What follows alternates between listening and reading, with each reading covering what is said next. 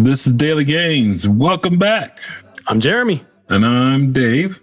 It's time to get it in. Let's get going. James 3:17.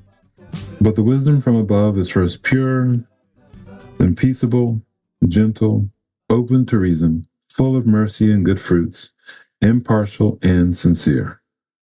Would you just go through that list again, please? And as you do, I want you, our listener, to think about the latest firestorm that you saw, either in social media or in the news. But the wisdom from above is first pure, then peaceable, gentle, open to reason, full of mercy and good fruits, impartial and sincere. For me, the two that jumped out are open to reason and sincere. Those jumped out as well. Why for you? I'm curious. Because in the midst of all the things going on, whether it's out there or whether it's in here, the fomenting of anger, of I'm justified because of how wrong this is, that I feel when something happens in my life that is legitimately wrong.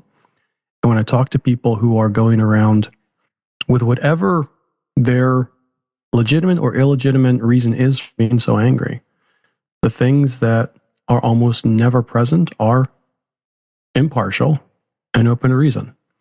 I'm telling you what I'm telling you because I think I'm missing something. I'm telling you what I'm telling you because you're a flipping moron, and I wish that you were erased from history because you're messing up the world. And because you know you are, that makes you an evil person, and I hate evil because I'm a good person. And I'm definitely right, and I'm definitely not asking for your opinion here. And I've had conversations, not like this with my kids, but I've had conversations with my kids where they want to argue with me, child to father, and they want to tell me the way the world is. And I turn to them, and I do it gently, but I say to them in no uncertain terms, let me explain to you how the world actually works. I'm your father. I said this is going to happen, and because I'm your father, this is not a conversation. I understand that you're not open right now to hearing what is. But what I'm saying is now by definition your reality. And if you try to walk against that, reality has a way of imposing itself on you, and it will often use pain to do so.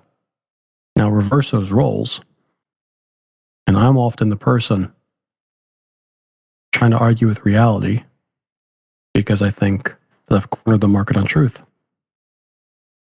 I'm not saying anything about Scripture. I'm 100% convinced that everything Scripture says is true and governs my life, governs our lives as people created by God, whether or not you believe in God, whether or not you know the Bible. God's world has been made by Him with laws, with rules, and if you live inside of them, life goes a lot better. If you try to fight them, life becomes painful. And life is honestly painful enough, even if you live within them. So you do yourself a benefit by living within them as opposed to trying to live outside of them. But this is not about the world out there or the culture out there.